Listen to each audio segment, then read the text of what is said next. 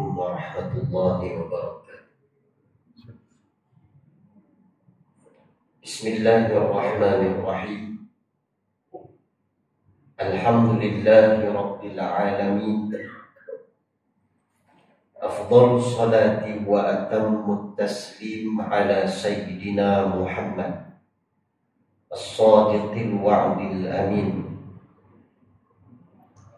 سيدنا محمد وعلى آله وأصحابه الغر الميامين ومن تبعهم بإحسان إلى يوم الدين. أشهد أن لا إله إلا الله وحده لا شريك له، وأشهد أن سيدنا ونبينا محمدا عبده ورسوله وصفيه وخليله، بلغ الرسالة وأدى الأمانة ونصح الأمة وجاهد في الله حق جهاده حتى أتاه اليقين، وعلى آله وصحبه أجمعين. أما بعد. قول الله سبحانه وتعالى في سورة الأحزاب: بسم الله الرحمن الرحيم. إنا عرضنا الأمانة على السماوات والأرض والجبال فأبين أن يحملنها وأشفقن منها وحملها الإنسان إنه كان ظلوما جهولا ليعذب الله المنافقين والمنافقات والمشركين والمشركات ويتوب الله على المؤمنين والمؤمنات وكان الله غفورا رحيما. Berfirman Allah di dalam surah Al-Ahzab pada ayat yang ke-72 hingga ayat yang ke-73 yang bermaksud: sesungguhnya kami telah kemukakan tanggungjawab amanah kami kepada langit dan bumi serta gunung ganang untuk memikulnya. Maka mereka enggan memikulnya dan bimbang tidak dapat menyempurnakannya, yakni kerana tidak ada kesanggupan untuk memikulnya. Dan pada ketika itu manusia dan kesanggupan yang ada padanya sanggup memikulnya. Ingatlah, sesungguhnya tabiat kebanyakan manusia adalah suka melakukan kezaliman dan suka pula membuat perkara-perkara yang tidak patut dikerjakan. Dengan kesanggupan manusia memikul amanah itu, maka akibatnya Allah Subhanahu wa Ta'ala akan menyeksa orang-orang lelaki yang munafik serta orang-orang perempuan yang munafik dan orang-orang lelaki yang musyrik serta orang-orang perempuan yang musyrik. Dan juga Allah Subhanahu wa Ta'ala akan menerima taubat orang-orang lelaki yang beriman serta orang-orang perempuan yang beriman. Dan sememangnya Allah Subhanahu wa Ta'ala Tuhan Maha Pengampun lagi Maha Mengasihani. Surah Al-Ahzab ayat yang ke-72 hingga ayat yang ke-73.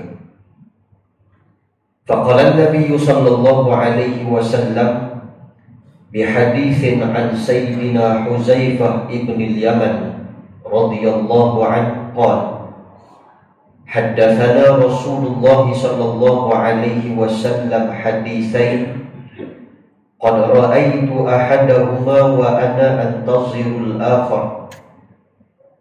Haddatsana anna al-amanata nazalat fi jazri qulubir rijal thumma nazala al-Qur'an fa'allimu min al-Qur'ani wa 'allimu min as-sunnah. Thumma haddatsana an raf'il amanah faqala yanamu ar-rajulu an-nawmata fatuqbadu al-amanatu min qalbihi fayadhallu asaruha al-waqta thumma yanamu nawmatan fatuqbadu al-amanatu min qalbihi فيظل أثرها مثل المجل كجمر دحرجته على رجلك فنفطا فتراه منتبرا وليس فيه شيء atau kama qala sallallahu alaihi wasallam. Diriwayatkan daripada Imam At-Tirmizi daripada Sayyidina Huzaifah radhiyallahu anhu, beliau berkata Rasulullah sallallahu alaihi wasallam telah menceritakan kepada kami akan dua kejadian. Sesungguhnya telah aku melihat satu daripada keduanya dan aku menanti yang lagi satu. Bercerita ia kepada kami bahawasanya amanah itu diturunkan ke dalam lubuk hati lelaki. Kemudian diturunkan Al-Quran. Maka mereka itu mengetahui daripada Al-Quran dan mengetahui daripada hadis Nabi SAW.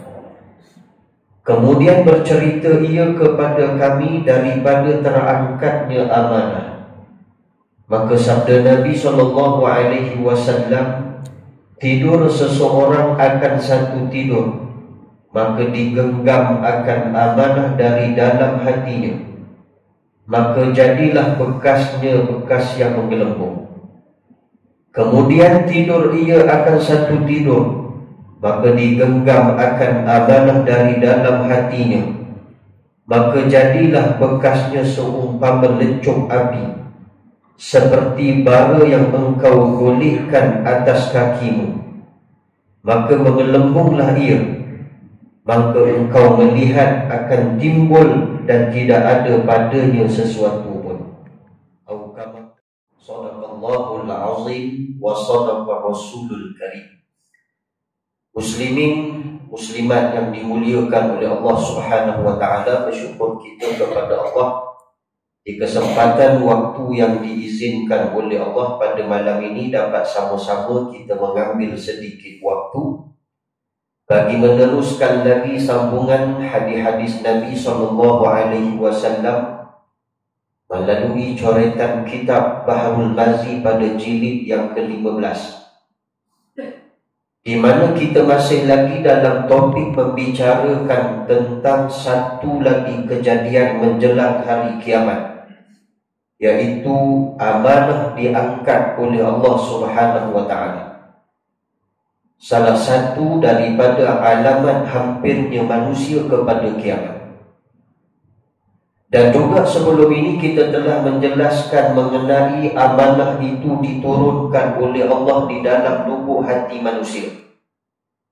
Maka setelah Allah Subhanahu wa taala turunkan amanah di dalam lubuk hati, Allah turunkan Al-Quran dan diturunkan As-Sunnah kepada manusia. Maka manusia itu mempelajari apa yang terkandung di dalam Al-Quran dan apa yang terkandung di dalam hadis-hadis Nabi SAW bagi menjalankan amanah yang telah ditetapkan oleh Allah di dalam lubuk hati manusia. Ini kejadian, kata Huzaifah radhiyallahu anhu, sudah aku lihat di zaman Nabi dan para sahabat. Cuma ada satu lagi, kata Huzaifah, aku tidak melihatnya dan aku menanti-nantikan keadaannya, di mana amanah itu akan diangkat oleh Allah Subhanahu wa taala. Peristiwa amanah ini ataupun amanah diangkat ini, apakah sebabnya? Sebelum itu kita ada sebut dalam siri-siri pengajian kita, apabila Allah Ta'ala berikan sesuatu nikmat ke atas kita, maka kita tidak berhajat kepada nikmat itu, lalu Allah akan ambil kembali. Seperti kita sebut mengenai Al-Quran. Al-Quran Allah Ta'ala turunkan untuk memberi petunjuk hidayah kepada orang-orang yang bertakwa. Dzalikal kitabu la raiba fihi hudan lil muttaqin. Surah Al-Baqarah ayat pertama. Inilah kitab yang diturunkan oleh Allah sebagai hudan, petunjuk, hidayah. Allah ke atas mereka yang bertakwa. Maka bila mana Al-Quran ini tidak lagi dihajati oleh manusia, tidak lagi berkehendak kepada Al-Quran, maka Allah ambil balik dalam peristiwa menjelang hari kiamat. Nabi SAW bersabda di dalam satu hadis juga daripada Huzaifah bin Yaman radhiyallahu anhu. Nabi kata nanti Al-Quran ini akan diangkat pada satu malam, sehingga pada keesokan harinya tidak tinggal walau satu pun ayat di dalam Al-Quran. Maksudnya, bila mana manusia tidak lagi berhajat kepada Quran menjelang akhir zaman, menjelang hari kiamat, Allah ambil balik Quran. Bila Allah ambil balik Quran, apa yang terjadi? Artinya kita akan susah. Kerana Quran selama hari ini memberi petunjuk kepada kita. Bila hilangnya Al-Quran, manusia akan berjalan dalam kehidupan mereka, berjalan dalam keadaan yang sesat. Tidak ada lagi petunjuk dan hidayah Allah. Kemudian yang kedua, Allah Subhanahu wa ta'ala akan cabut ilmu daripada manusia, yakni ilmu pengetahuan agama, dengan cara dimatikan orang alim.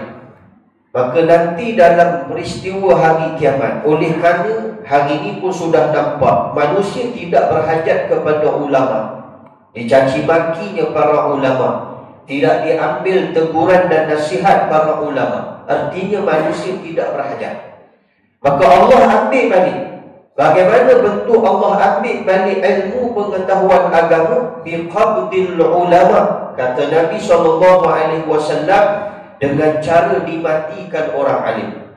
Pada menjelang hari kiamat, kita takkan dapati lagi selepas itu orang yang alim, yang mengetahui tentang Al-Quran dan Sunnah, yang mengetahui tentang hukum hakam yang terkandung di dalam Al-Quran dan Sunnah. Mereka bila dah tak ada, maka kita akan hidup dalam keadaan tidak mengenal mana satu perkara yang baik, mana satu perkara yang tidak baik. Kerana selama hari ini kita tahu tentang halal dan haram, kita tahu tentang boleh atau tidak boleh, kita tahu mungkar atau tidak mungkar adalah daripada orang-orang alim, maka memberi khabar kepada kita majlis ilmu adalah perkara yang baik, maksiat, zina, LGBT adalah perkara mungkar. Maka adanya mereka kita boleh faham mana baik, mana tak baik. Tapi bila esok dah tak ada orang alim, lepas ni kita nak bunuh orang, kita nak buat benda haram, kita nak berlaku zalim, kita nak ber-LGBT, nak berjima lelaki sama lelaki, tak ada siapa nak tegur, tak ada siapa nak halang. Maka dunia pada ketika itu penuh dengan huru hara, kacau bilau yang dikhabarkan oleh Nabi SAW menjelang hari kiamat. Yang ketiga adalah amanah. Selama hari ini manusia menjalankan amanah kerana mereka belajar daripada Al-Quran dan Sunnah. Esok Allah Ta'ala matikan para ulama, mereka tak tahu mana satu amanah dan mana satu bukan amanah. Maka apa yang akan terjadi? Manusia akan berlaku khianat. Akan banyak pengkhianatan yang berlaku atau pembelotan yang berlaku sesama manusia. Kerana tidak ada lagi orang yang jujur dan amanah. Maka disebab itulah kita harus sedar kitab ini memberi ingat kepada kita sebelum hilangnya amanah. Dan dalam tajuk kita pada hari ini, kita tak cerita lagi dah tentang amanah itu diturunkan. Sebaliknya kita akan cerita tentang terangkatnya amanah. Bagaimana hilangnya amanah daripada kehidupan manusia. Tuan-tuan muslimin, muslimat yang dimuliakan oleh Allah. Qala muallif rahimahullah wa nafa'ana bi ulumihi fid dar. Masalah yang ke-79. Terangkatnya amanah itu bagaimana jadi kemudian daripadanya. Tidak sebut tentang bila Allah cabut amanah ni apa akan jadi. Apa akan jadi, yang ni kita kena lalui. Ini hakikat yang kita kena terima. Macam kita tengok hari ni lah, bencana-bencana yang berlaku.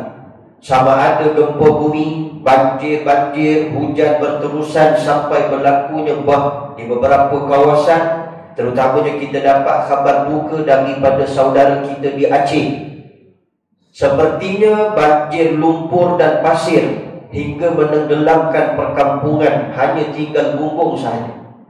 Dan mereka yang pergi ke sana memberitahu bahawa situasi hari ini seperti tsunami pada tahun 2004. Ni musibah-musibah ini datang. Ni kesan daripada apa? Kesan daripada perbuatan manusia yang tidak amanah dalam menjalankan urusan dunia. Kesan daripada Allah cabutnya amanah satu persatu. Maka buruknya ke atas kita, apa saja jenis bala yang Allah sampaikan, kita kena terima. Kenapa kita kena terima?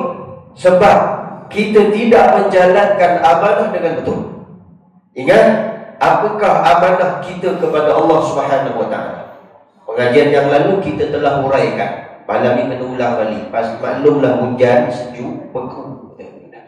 Kita perangat balik. Kita panaskan balik pengajian kita yang lalu. Apa amanah kita kepada Allah? Amanah manusia kepada Allah ni ada dua. Yang pertama, anta'budallaha wa la tusyriku bihi syai'a. Mesti menyembah Allah dan tidak boleh mensyirikkan Allah. Ketika mana Allah Subhanahu Wa Taala berfirman di hadapan para malaikatnya, di mana Allah Taala sebut, inni ja'ilun fil ardi khalifah. Aku nak jadikan di atas muka bumi ini khalifah. Maka para malaikat lalu berkata kepada Allah, qalu ataj'alu fiha man yufsidu fiha wa yasfiku dima. Wahai Tuhan kami, Engkau mahu menciptakan manusia atau makhluk yang akan melakukan kebinasaan dan kerosakan serta pertumpahan darah. Wa nahnu nusabbihu bihamdika wa nuqaddisu lak. Sedangkan kami memujimu dan membesarkanmu. Maka kata Allah, inni a'lamu ma la ta'lamun. Sesungguhnya aku lebih mengetahui apa yang ciptakan manusia itu. Wa ma khalaqtul jinna wal ins illa liya'budun. Surah Az-Zariyat. Tidak dijadikan jin dan manusia itu melainkan supaya mereka menyembah kepada Allah Subhanahu Wa Taala. Jadi perkara amanah pertama manusia kepada Allah, mesti menyembah Allah dan tidak boleh mensyirikkan Allah. Dan itu janji harian kita kepada Allah. Janji harian kita kepada Allah di dalam surah Al-Fatihah yang tuan-tuan baca. Iyyaka na'budu wa iyyaka nasta'in. Itu janji. Kepada Engkau ya Allah kami menyembah, dan kepada Engkau ya Allah kami memohon pertolongan atau perlindungan. Dalam arti kata yang lain, itu janji Allah. Itu janji manusia kepada Allah. Mesti menyembah Allah dan tidak boleh mensyirikkan Allah. Ini amanah yang mesti dijalankan. Kedua, amanah manusia kepada Allah, amar ma'ruf nahi munkar. Kerana untuk tujuan manusia itu diciptakan sebagai khalifah. Khalifah ni maksudnya sebagai manusia yang akan ataupun sebagai wakil yang menjaga bumi Allah. Dan Allah sebut, inni ja'ilun fil ardi khalifah. Aku nak ciptakan manusia menjadi khalifah di atas muka bumi. Maksudnya Allah beri amanah kepada kita, tolong jaga bumi Allah ini daripada sebarang kerosakan dan pertumpahan darah. Kenapa Ustaz kata sebarang kerosakan dan pertumpahan darah? Kerana malaikat sebut tadi, qalu ataj'alu fiha man yufsidu fiha wa yasfiku dima. Sebelum manusia ada makhluk yang namanya jin yang menghuni bumi Allah. Mereka telah melakukan kerosakan, mereka telah melakukan pertumpahan darah. Maka sebab itu malaikat Allah respon kepada Allah. Artinya manusia ada tanggungjawab amanah kepada Allah. Yang kedua, mesti ajak manusia kepada kebaikan dan mesti mencegah kemungkaran. Kalau tidak buat yang sedemikian, apa kata Nabi SAW? Kita mengundang balak bencana daripada Allah Subhanahu Wa Taala. Kita layak menerima apa jenis hukuman yang Allah sampaikan kepada kita. So, hukuman dia bila Allah cabut amanah, apa akan jadi? Huru-haralah keadaan kita. Banyaklah berlaku pembelotan dan pengkhianatan. Kenapa? Sebab inilah kejadian yang telah pun dikhabarkan oleh Nabi SAW. Maka sebab bila kita belajar, baca hadis Nabi atau Al-Quran, atau apa-apa hukum yang terkandung dalam Quran dan Sunnah, maka amati bahawa keadaan kita ni hari ini mungkin lebih baik, esok belum tentu lebih baik daripada hari ini. Sebab apa? Keadaan dunia nak sampai kepada hari kiamat, dia bukan lebih baik. Kita dah sebut dah, menjelang manusia kepada hari kiamat ini, iaitu keadaannya huru-hara, kejahatan, kemungkaran di banyak belah. Tuan-tuan muslimin, muslimat yang dimuliakan oleh Allah, sesungguhnya pada sepotong hadis di dalam masalah yang ke-78 menunjukkan terangkatnya amanah, juga sambungannya yang lagi akan datang menunjukkan kaifiat Allah Subhanahu wa taala mengangkat akan amanah itu. Kata para ulama, adalah mula-mula Allah Subhanahu wa taala angkatkan daripada orang-orang Islam itu ialah amanah, yakni kepercayaan seseorang kepada seseorang. Ini perkara ni kita meletakkan satu kepercayaan kepada seseorang manusia yang lain. Dalam arti kata, kemudian manusia yang diberi kepercayaan ini tidak berlaku jujur, maka dia seolah-olah dia dipercayai, tapi dia menghilangkan kepercayaan itu dengan berlaku khianat. Ini yang kita takut ni. Takut berdepan dengan pengkhianat. Sebab pengkhianat ni dia dalam kalangan kita, sedar tak sedar di kalangan kita masih ada. Dalam orang Islam ni ada yang namanya khianat. Sebab itu kita kena belajar dalam kitab tasawuf mengenai golongan munafik. Sebab khianat itu adalah satu daripada penyakit-penyakit orang munafik. Alamat tentang orang munafik ini atau tanda-tanda orang munafik ini, dia bukan 3, dia ada 50. Melalui Al-Quran dan hadis Nabi SAW, tanda-tanda munafik dia ada 50. Salah satu daripada 50 itu adalah khianat. Sifat munafik. Maka bila manusia yang ada sifat ni, maksudnya mereka tidak menjadi orang mukmin yang sebenar. Ni orang munafik ni orang yang tak baik. Orang munafik ni luarnya nampak baik, tapi dalam tak baik.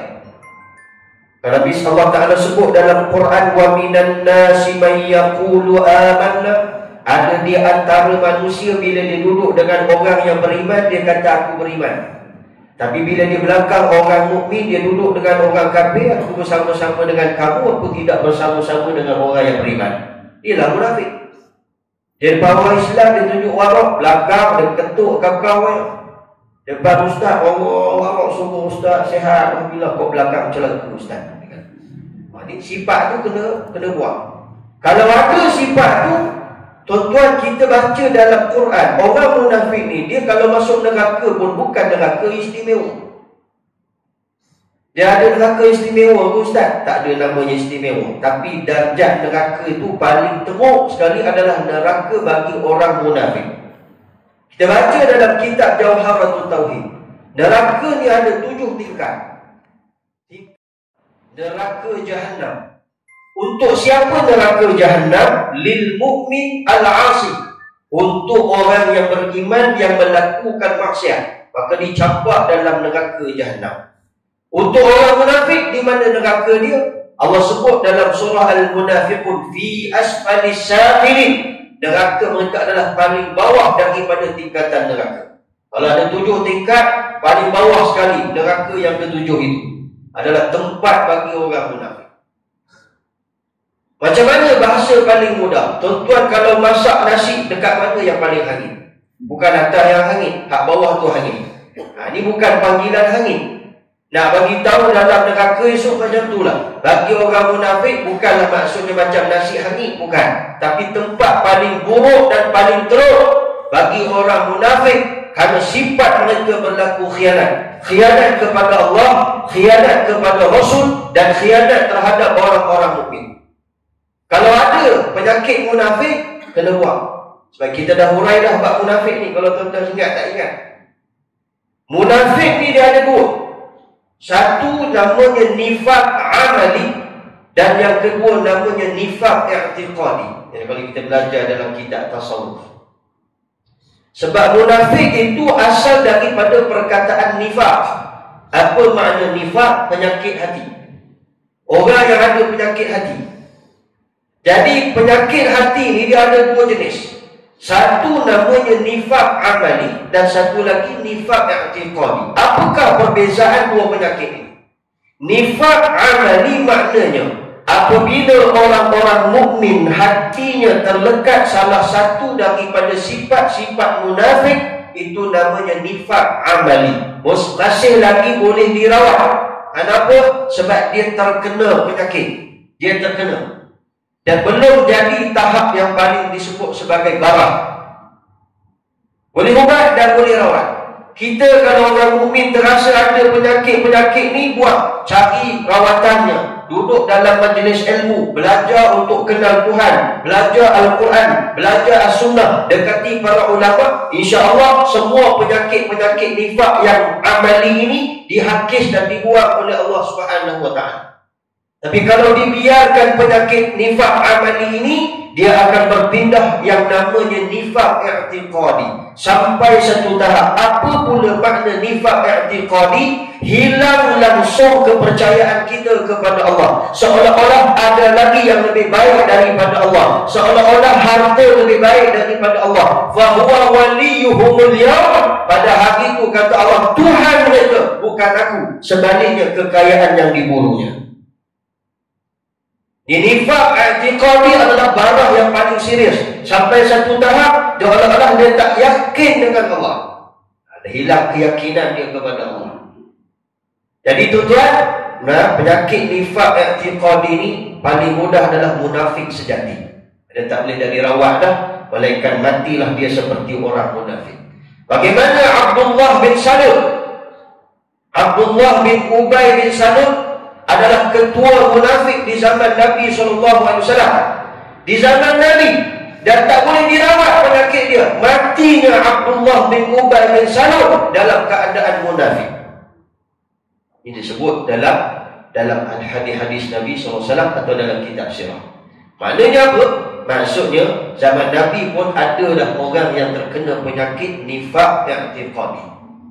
Tuan-tuan muslimin, muslimat yang dimuliakan oleh Allah. Jadi khianat ini salah satu daripada sifat-sifat munafik. Kalau kita rasa kita ada benda ni, buang. Cari ubat untuk buang. Rawatan dia, boleh belajar kitab tasawuf. Maka manakala sudah Allah Subhanahu Wa Taala angkatkan amanah itu, jadilah di antara orang-orang Islam itu berunjuk beri dan berjual beli, dan semuanya dengan belot, iaitu dengan khianat. Bila Allah cabutnya amanah, muamalah kita, sistem kita dalam kehidupan penuh dengan pengkhianatan. Pergi beli, jual beli, kita dah tak percaya dengan penjual. Kita sebagai pembeli, kita dah tak percaya. Kemudian kita dah tak percaya. Dah tak percaya kepada siapa-siapa. Bukti dah ada. Bila dilantik satu orang nazir masjid, kita dah tak percaya. Percaya ke dia? Percaya ke? Kita jadi ragu-ragu. Mana kita tak yakin lah tu. Boleh ke tak boleh dia ni? Lagi salah orang tak boleh pula. Contoh kan. Dia jadi macam tu. Sebab apa? Keyakinan kita dah kurang. Sebab amanah itu Allah cabut. Bila Allah cabut, inilah keadaan dia. Bahkan silap-silap hari bulan dengan ustaz pun dia tak percaya. Walau ustaz baca kitab, dia tak ada kitab. Betapa orang sama sekarang begitu tengok ustaz. Ustaz macam tak betul je malam ni. Walau depan ustaz ni baca kitab, dia tak ada kitab. Pasal nak bagi tahu amanah itu dah hilang. Dengan ustaz pun dia tak percaya lah. Lagi pula yang bukan ustaz, yang gangster. Maka tak percaya langsung. Nak tinggalkan harta kalau kita ada sakit yang doktor kata lagi 2 Jumaat meninggal sebagai contoh. Kita nak tinggalkan harta wasiat ini supaya diberikan kepada wali-wali semati. Kepada siapa? Kita dah hilang kepercayaan. Kenapa boleh jadi begitu? Sebab Nabi sebut bila diangkatnya amanah, kesannya urusan muamalah kita, kehidupan kita, jual beli kita, semuanya adalah belot belaka. Semuanya berlaku khianat. Sampai satu tahap esok bukan dengan ustaz je, dengan pejabat agama kan orang tak percaya dah. Lagi susah. Kan? Nanti pula dengan pejabat zakat ke, dengan apa ke, dah hilang kepercayaan. Tu kesan dia. Kesan daripada apa? Amanah. Bila kita tak jalankan amanah ini berpandukan kepada Quran dan Sunnah, dia akan mengalami kesan yang buruk. Macam mana kita tengok apa yang berlaku di Kepulauan Aceh, Indonesia. Ni Allah nak tunjuk lah ni sebenarnya. Allah nak tunjuk kepada kita, ke atas mereka, kita sebut kepada Allah kita datang, dan kepada Allah kita kembali. Dari Allah kita datang, kepada Allah kita kembali. Dia adalah musibah. Kita sangat prihatin terhadap siapa pun yang ditimpa musibah. Tapi atas kita kena ambil pengajaran. Apa pengajarannya? Bila berlaku banjir di Kepulauan Aceh ni, kayu-kayu balak dengan pasir, dengan selut turun daripada bukit, membantai rumah-rumah dan menenggelamkan rumah-rumah dan perkampungan di Aceh, Indonesia. Kemudian bila dah jadi keadaan itu, muncul siapa yang tebang balak. Dia main lah dia main dekat situ lah. Sebab kayu-kayu yang jatuh ni dah ada nombor siap dah. Seolah-olah alam ni dia nak bagi petunjuk kepada kita. Alam ni dia nak cakap dengan kita betapa jahatnya tangan-tangan manusia ni. Tak amanah, suruh jaga negara, kau rantau negara ini. Contoh. Tuan-tuan, kita kena ingat, bukan manusia je makhluk Allah. Bukan manusia sahaja. Bumi ni makhluk Allah. Tumbuh-tumbuhan adalah makhluk Allah. Mereka akan menterjemahkan sebagai makhluk kepada makhluk yang lain. Mereka tak boleh cakap, tapi mereka boleh bagi isyarat. Kita bukan nak kata pada muka kena musibah. Tak, kita pun kena musibah. Ini balak bencana ni, dia mari sebab tangan-tangan kita. Maka berlakulah bala bencana. Ini ujian kita kena terima. Sebagai orang mukmin, kita kena terima. Ini ketetapan. Cuma bumi sedang bercakap. Cara dia bercakap, dia mari satu keadaan banjir, bukan setakat air, selut, pasir, kayu-kayu balak. Habis pukul orang, pukul kereta, sampai ada perkhabaran kata masuk dari kawasan Pekan yang ditenggelami pasir-pasir lumpur ini bawah angin. Apa jadi? Sebab manusia diberi amanah, maka tidak dijalankan amanah itu. Maka kesannya akan ada. Kita kalau orang bagi tanggungjawab, kita tak jalankan tanggungjawab, rosaklah. Kita akan saksikan kerosakan apa yang kita lalui.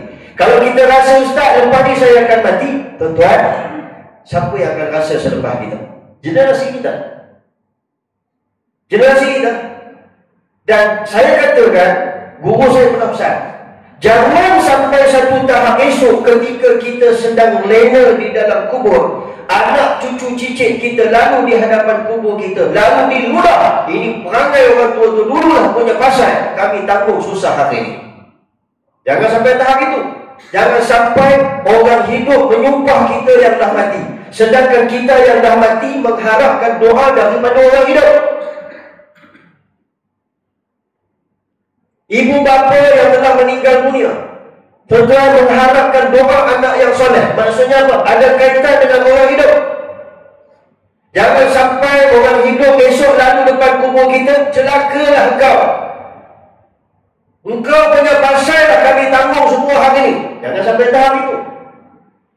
Sebab itulah bila kita baca hadis mengenai amanah, perkara paling penting apabila diberi satu-satu tanggungjawab, jalankan tanggungjawab itu dengan penuh juga. Kenapa? Kesannya kita tak mau dirasai setelah kita mati. Kita tak mau merosakkan generasi kita dengan sebab perangai kita. Kita tak mau. Wa'iyazulillah. Kuat sikit lah, bukan marah tuan. Bagi peringatan. Sekarang ni mesti terkujung. Benda yang tak jadi tiba-tiba boleh jadi. Sebelum ni tak pernah dengar taufan tropika ni tuan. Jangan kita kata ustaz, kita okey lah sebab ada endon-endon kena, kita tak kena. Tak. Allah bila berkehendak kepada sesuatu, Allah kata kun fayakun. Benda hak jadi boleh jadi. Jangan dia kata ustaz tak jadi. Tempat kami selamat macam mana pun, kalau Allah kata kun fayakun, kena. Dia mari ribut yang tak pernah jadi. Tak pernah jadi ni. Tuan-tuan hidup lama daripada saya, tuan-tuan bisa dengar. Dulu pernah jadi di Malaysia ribut tropika ni. Kenapa dia mari? Tuan-tuan, bala bencana ni dia mari sebab kemungkaran. Apa mungkar dia? Amanah kita tak dijalankan. Tadi kita sebut tadi awal-awal, apa amanah kita? Ta'muruna bil ma'ruf wa tanhauna 'anil munkar. Mesti mengajak manusia kepada yang baik dan mencegah kemungkaran. Ini kan kita dah baca hadisnya dah lepas dah sebelum ni. Dah. Tak ingat. Saya seorang ke belum sampai lagi kan? Saya rasa dah lepas. Hadis Nabi SAW, Nabi sebut dah. Nabi kata, bila kamu melihat kezaliman atau kemungkaran, falam ya'khudhu, kamu tak ambil kuat, tak mencegah, tak menghalang, au syaka an ya'ummahumullahu bi'iqabin minhu, diumumkan kamu akan menerima dera seksa balak bencana dari Allah Subhanahu wa taala. Nabi bersumpah dalam hadis daripada Huzaifah, wallazi nafsi biyadihi, sumpah Nabi kepada Allah Subhanahu wa taala. Apa dia? La ta'murunna bil ma'ruf wa la tanhawunna 'anil munkar aw la yushikanallahu an yab'atha 'alaikum 'iqaba. Kemudian pada ketika itu Nabi kata, kamu nak mengajak manusia kepada yang baik atau mencegah kemungkaran, atau kamu mahu mengundang seksaan bala daripada Allah Subhanahu wa taala. Ketika datangnya bala itu, kamu berdoa kepada Allah, fala yustajabu lakum, doa kamu takkan diperkenankan oleh Allah. Nak bala bencana atau kita nak jalankan tugas sebagai manusia, amar ma'ruf nahi munkar. Apa-apa yang tak betul mesti dicegah. Itu namanya mungkar. Kan kita dah mulai. Saya ulang balik. Apa makna mungkar? Sebab kita nak mencegah kemungkaran, kita kena tahu apa makna mungkar. Takut yang kita cegah kebaikan. Ini berlaku di Shah Alam 10 tahun yang lalu. Ada satu masjid dia nak buat karnival, jemput orang ramai. Kemudian pada hari kejadian itu, dia dapat AJK masjid dapat satu surat arahan program ini mesti dihentikan kerana ada satu report yang sampai kepada pejabat agama. Jadi cerita kita dah cerita dah, saya ulang balik je. Cerita ni berlaku di Shah Alam. Jadi orang yang buat report tu, dia ingat karnival ni benda maksiat, benda mungkar.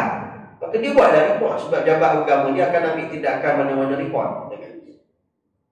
Arti kata, orang yang report tu dia dah tak boleh beza majlis ilmu karnival di masjid, penganjuran ceramah perdana di masjid itu baik ke tak baik? Tak baik. Tapi kita kena tahu apa makna mungkar supaya kita nak cegah tu biar yang mungkar, bukan yang baik. Mungkar itu apa-apa perbuatan, amalan, pekerjaan yang bertentangan dengan agama, yang menyalahi agama Islam, maka itu namanya mungkar. Saya ulang balik, apa-apa perbuatan, pekerjaan, amalan yang bercanggah dengan agama Islam, dengan syariat Islam, itu namanya mungkar. Sekarang kita kena test ilmu ni. Tidur dalam kuliah mungkar atau tidak? Wah, saja test. Tidur dalam kuliah boleh jadi mungkar kalau tidur dengan sengaja. Asal nampak muka ustaz kan, bismillahirrahmanirrahim. Ini memang mungkar. Jadi kalau tidur dengan sebab tertidur atau ada asbab kerana penyakit, maka dia tidak dinamakan mungkar. Bagilah tuan, insyaAllah. Muslimin, muslimat yang dimuliakan oleh Allah Subhanahu wa taala. Berbalik tadi mengenai perkara mungkar, mesti dicegah dan mesti dihalang. Itu amanah kita kepada Allah untuk memelihara dan menjaga bumi Allah ini daripada sebarang kerosakan dan kebinasaan. Sebab ini amanah. Itu terkait dengan semua perkara. Maka sebab itu apa-apa perbuatan yang menyalahi agama mesti dicegah, mesti dihalang. Kerana perkara ini akan mengundang risiko besar, akan mengundang balak bencana besar. Contoh yang lain, selain tidur daripada kuliah, berjima lelaki dan perempuan mungkar atau tidak. Kita kena tahu perbezaannya supaya kita dapat mencegah.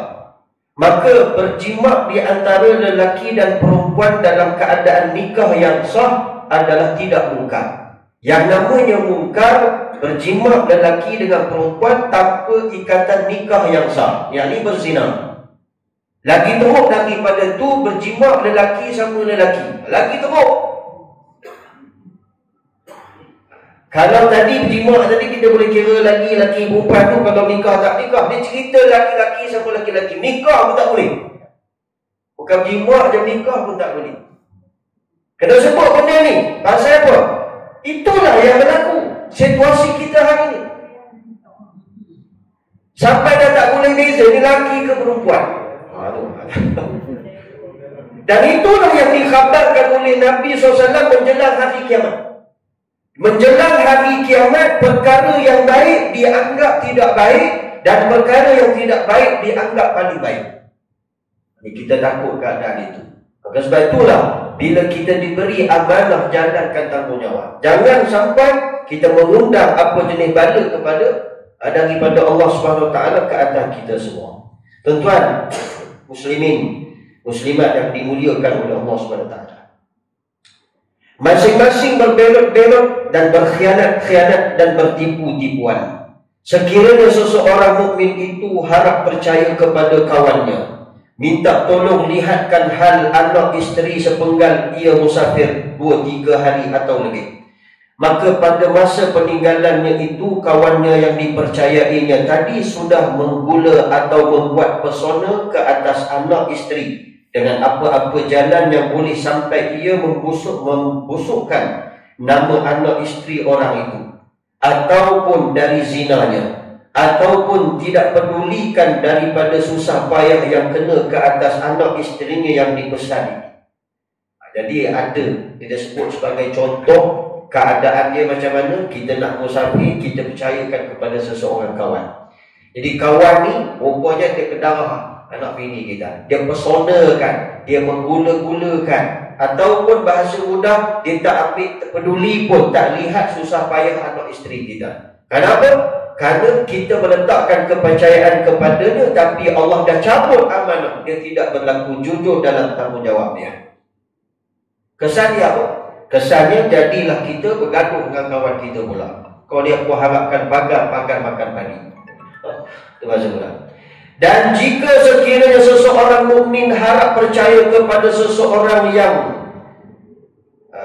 boleh dipercayai, disimpankan harta atau ditaruhkan harta, masalah tiba-tiba sudahlah dapat ia akan harta telah dihabiskannya oleh orang yang sempat simpan harta itu, atau ingkar ia akan tidak ada sesuatu yang ditumpangkan atau disimpankan, atau dia mengakui ia berbohong dan artinya dia habiskan semuanya harta tetapi dia tidak dituntut lagi sampai mati. Maksudnya kita nak ataupun kita simpankan satu harta ni, satu jenis ataupun wasiat harta kita kepada orang yang dipercayai, supaya harta ini dijaga dengan betul. Lalu bila orang ni dapat harta kita, dia kedarah bagi habis. Kemudian dia pusing pula, dia kata kau tak bagi pun apa-apa kat aku. Dan ataupun dia belot, maksudnya apa? Dia menipu kita. Dia tidak berikan harta itu yang sepatutnya diberikan kepada orang yang layak. Macam contoh harta pusaka yang diwasiatkan kepada si pewasiat. Diwasiatkan, si mati telah mewasiatkan harta ni kepada si fulan dengan berkata dengan surat semua cukup, tapi bila kawan ni mati, surat tu pun tak tahu ke mana, harta pun tak tahu ke mana. Itu khianat lah. Atau bahasa mudahnya, kita sebagai orang kampung, kita lantik satu orang jadi ketua kampung, jaga kawasan ini. Tiba-tiba kawan tu dia guna kesempatan kawasan kampung ni habis, tanah-tanah dijual kepada orang lain. Ada contoh lebih besar sikit lah dekat. Kalau tak nampak juga, bukan masalah saya fikir. Dijual dia harta dan dia membelot dan menipu seolah-olah macam tak ada apa-apa. Walhal satu kampung dah tergadai. Ni perkara-perkara macam ni lah. Kesan buruk dia kita tak nampak hari ni, tuan.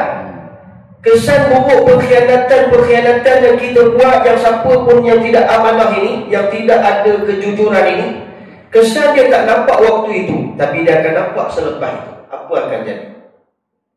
Apa akan jadi? Keadaan makin ketara. Sebagai contoh, ada dulu orang jual tanah yang jenis tanah ada apa? Satu lot kecil dekat. Tapi dia menipu. Dia kata ni tanah ni aku jual dulu. Rupanya satu lot. Tengok geran atas nama ni, bukan atas nama orang punya geran tanah, bukan kita. Kita beli tanah tu, tapi tak ada atas nama kita. Jadi masalah akan jadi masalah tanah pula, akan jadi masalah yang lain. Perkara ni lah.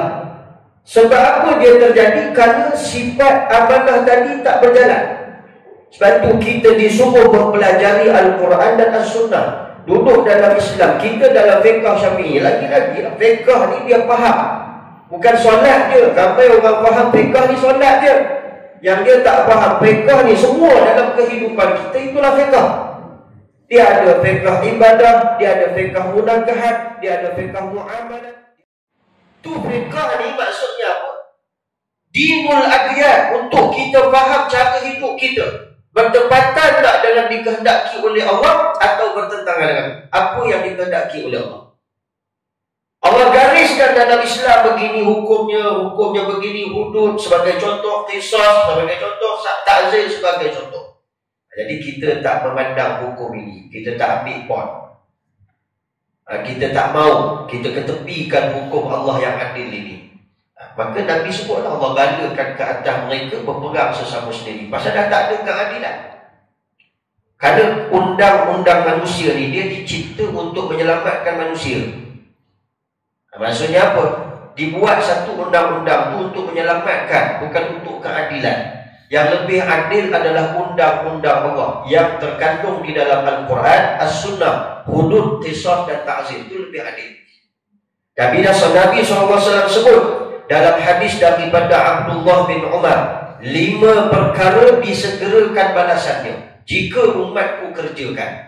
Salah satu daripada 5 perkara itu, kata Nabi SAW, apabila pemimpin-pemimpin Islam itu mengetepikan hukum Allah yang terkandung dalam Al-Quran dan Sunnah dan tidak mahu menjadikannya sebagai pilihan, Allah balakkan ke atas mereka berperang sesama sendiri. Nabi sebut dalam hadis. Berlaku ke tidak? Ada tak contoh? Ada. Tuan-tuan boleh tengok apa yang berlaku di Sudan. Di Sudan ni tuan-tuan, berperang bukan Islam dengan kafir.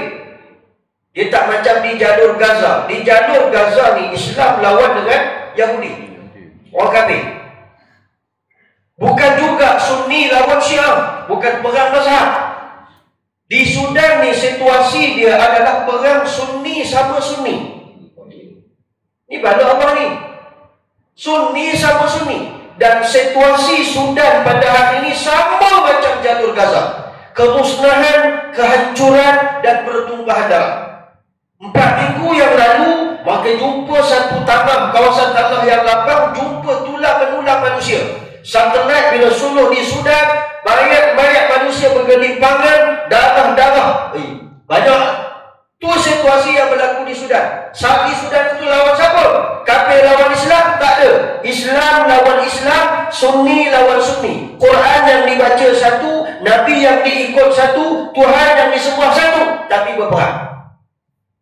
Tu contoh dia. Kenapa boleh jadi? Jangan tanya saya, sebab Nabi dah bagi tahu.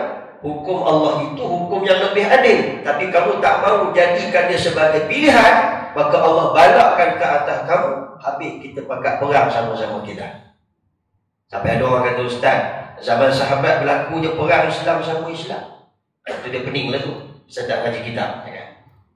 Zaman sahabat, perang Jamal dan perang Siffin, kan kita dah baca di awal kitab.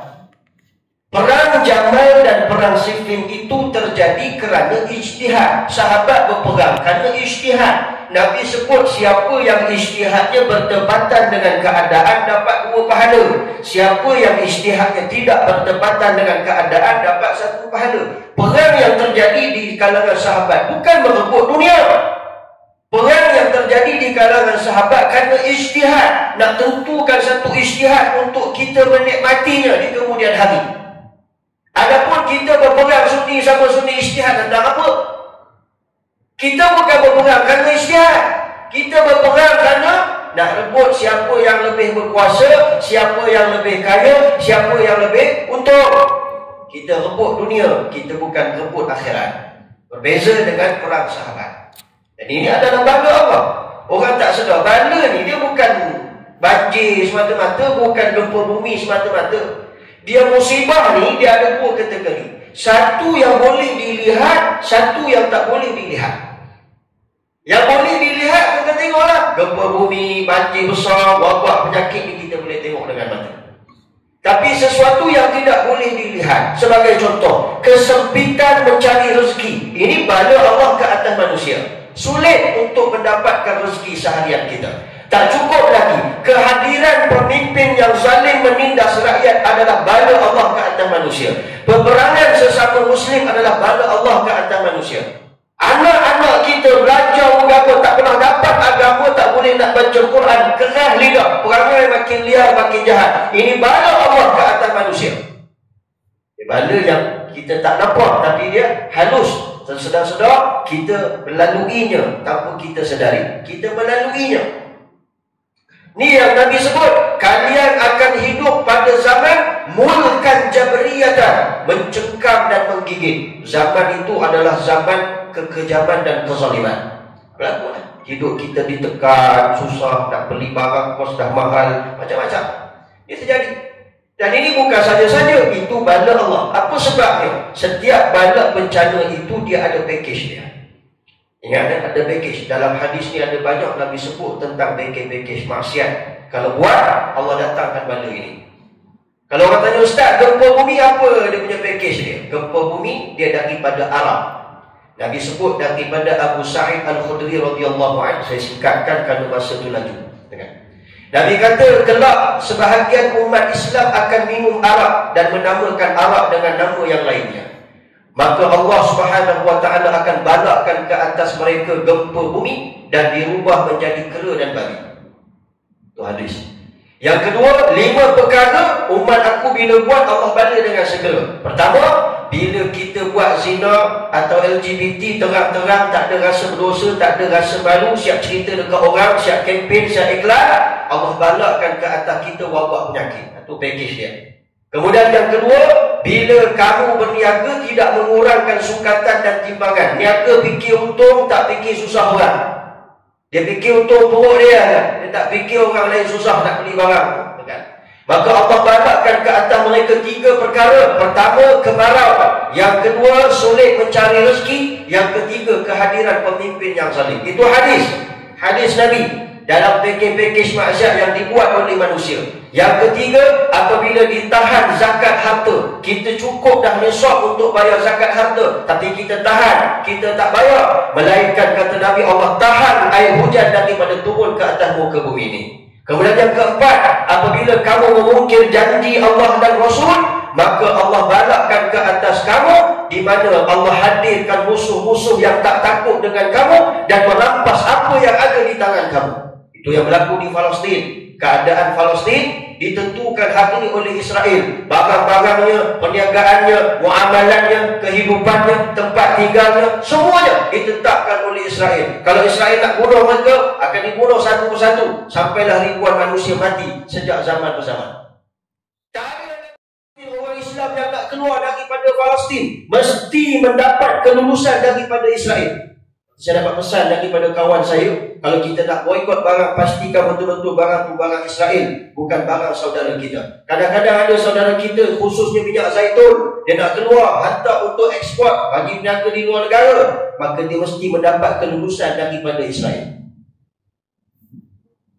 Ini kenapa? Ini baru package daripada Nabi SAW. Dan yang terakhir, Nabi kata bila pemimpin Islam mengetepikan hukum Allah tadi, maka Allah balakkan kamu berperang sesama sendiri. Sudah ada dalam hadis. Banyak lagi. 15 perkara kalau kamu buat, halla bihal balak. Allah balakkan ke atas kamu. Nabi sebut. Tapi balak tu ada 3 je. Nabi kata, dirubah menjadi kera dan babi. Kemudian pula angin merah yang melanda manusia.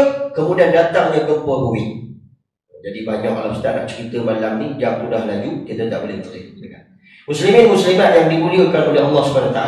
Dan apabila berjual beli seseorang kepada seseorang, maka berkatalah yang membeli masalan, aku harap kepada iman kamu dan nama kamu dan agama kamu, aku harap kiranya barang yang kamu jual pada aku itu elok, aku harapkan kamu beri pilihan ataupun yang bagus-bagus, tidaklah aku mau membelinya, tidaklah pernah membelot, harapkan kamu sahajalah aku. Tiba-tiba apabila sudah diterima barang yang diharapkan daripadanya itu, sudah kena belot, sudah kena elat, dan perbuatan disembunyikan yang tidak baik akan apa-apa yang tidak elok atau aib daripada barang yang dibeli.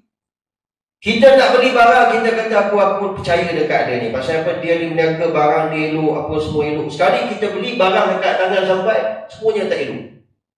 Ini namanya belot. Ini namanya belot dan khianat. Itu tanda alamat di mana amanah ini dicabut oleh Allah Subhanahu Wa Taala. Sebab itulah peniaga-peniaga ni jangan membelot dalam perniagaan. Niagalah dengan jujur. Bersainglah saingan yang sihat. InsyaAllah ekonomi Islam ni akan berkembang maju. Kenapa kita dapat melihat hari ini ekonomi orang Islam ni, terutamanya di tanah Melayu kita ni, agak kurang membangun? Kenapa? Sebab orang Islam sesama Islam. Dia tak boleh tengok kedai sebelah buka maju sikit, dia sihir kawan sebelah. Dia tengok ustaz ni sikit, dia sihir dulu. Dia buat benda jahat itu, dia inai orang, dia buruk-burukkan keadaan. Tu saya dapat lihat dengan mata kan. Kita nak beli barang, kita rasa orang datang kat kita je, dengan orang lain tak payah, kan? Ini masalah kita. Orang lain support ekonomi dia. Sebagai contoh, saya pernah pergi beli paku yang payah nak dapat ni. Paku dulu, zaman tu lah, zaman tahun 90-an. Pergi dekat kedai-kedai Cina. Dia kata mungkin kat kedai ujung sana kawan saya ada jual. Dia siapkan pergi kedai kawan dia. Pergi kat kedai orang Melayu. Kawan sahabat saya buka kedai makan. Saya nak pergi ziarah. Saya kata kedai dia tutup. Saya telefon awak kat mana? Saya kat kedai. Saya pun heran. Lalu dah kat kedai tadi tutup. Saya gagah juga, saya pergi rumah dia, tak ada. Saya patah balik ke kedai. Rupanya buka. Tadi lalu tutup. Udah bila masuk kedai suram je rasa macam tak kena je kedai ni. Akhirnya cari satu ustaz tolong rawat kedai ni. Kau ada something. Masuk orang putih sikit lah. Kita nak berhenti.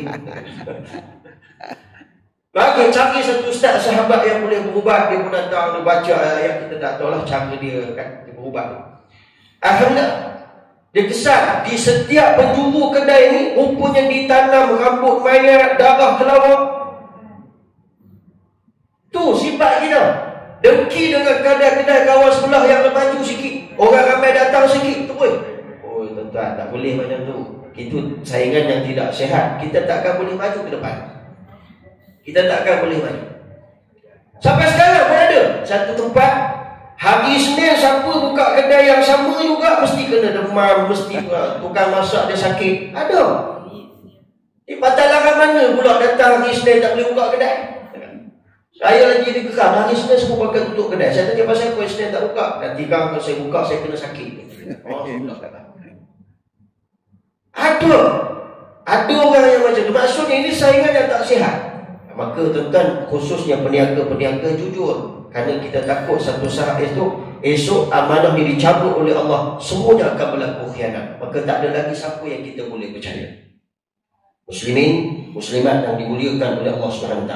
Demikian amanah itu diangkat oleh Allah Subhanahu Wa Taala, kata Huzaifah radhiyallahu anhu. Kesimpulan daripada hadis Nabi SAW yang kita baca pada malam ini, yang pertamanya, amanah ini adalah perkara penting, di mana dia adalah tanggungjawab kita di dalam dunia ini, supaya kita memelihara dan menjaganya. Dan yang kedua, bagaimana nak menjalankan amanah itu, belajarlah Al-Quran dan As-Sunnah untuk kita dapat menjalankan amanah yang dipertanggungjawabkan itu berdasarkan kepada penurutan perintah Allah Subhanahu Wa Taala. Kemudian yang ketiga, kejadian yang tidak diduga akan terjadi menjelang hari kiamat, di mana Allah akan cabut amanah dari dalam lubuk hati manusia. Bagaimana bentuk Allah Ta'ala cabut? Sinopsis ringkas pada masa akan datang kita akan baca. Nabi kata bila seseorang itu sekali tidur, maksudnya kita dah lali dengan pengkhianatan, suka menipu dalam perniagaan, kita dah sebati, dah normalisasi kemungkaran itu, maksiat itu, maka ketika itulah Allah cabut amanah dari dalam lubuk hati manusia. Sebab tu khutbah 3 minggu, 4 minggu yang lalu pernah pergi ingat kepada kita normalisasi maksiat. Ingat kita tak? Ke saya seorang dengar khutbah kan? Normalisasi maksiat dalam kehidupan inilah punca Allah cabut. Kerana kita dah sedap dengan kejahatan itu, kita dah lupa akan tanggungjawab kita sebagai manusia. Maka teruskan menjalankan amanah dan teruslah belajar Al-Quran dan Sunnah. Moga-moga Allah Subhanahu Wa Taala menjauhkan kita daripada musibah dunia dan juga kemurkaannya, serta menyelamatkan kita daripada sengsara akhirat. Yang baik datang daripada Allah, yang kurangnya itu datang daripada kelemahan diri saya sendiri. Aqulu qawli hadza wa astaghfirullahal azim li wa lakum. Wassalamualaikum warahmatullahi wabarakatuh.